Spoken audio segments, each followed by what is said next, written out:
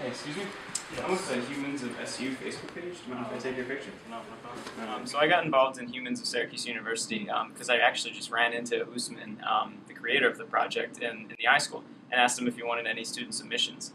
Then a couple weeks later, he actually contacted me via Facebook and asked me if I wanted to join, which I was super honored and excited about. I've known Usman since like last summer when we were in Florence. Then we were like quite interesting, like shooting random people in Italy. Then we gonna kind of carry on into campus. I just look for anyone that's kind of interesting because I'm sure as soon as it gets cold and rainy, everyone kind of puts on their black jackets and looks down at the ground. But I look for kind of the person with the wild colored hat or the person with the cool jacket or someone that just kind of looks different than the norm. People that they look like they have a story, or just people have been around campus like for a while, like the guy on the wheelchair out of Starbucks, the Big Daddy. You meet some really interesting people, people that I would have never met otherwise, and I get to have like a kind of small talk conversation with them, figure out what they're doing, what year they are, and things like that.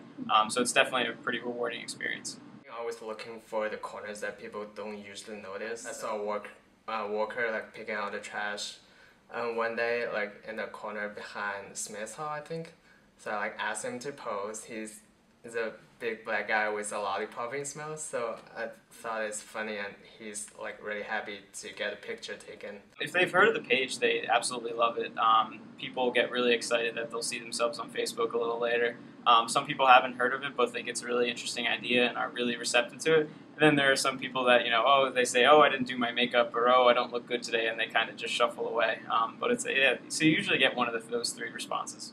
I actually ran into some kid outside of an academic building during finals week last semester when I was going for student submissions, and I asked him if he had enough time for me to take his picture, and he kind of snarled at me and said, only if it takes 15 seconds, because I got to go to take a final. So it was kind of like, it was funny because, I only asked for like a minute or two of time, but sometimes that time can be pretty precious.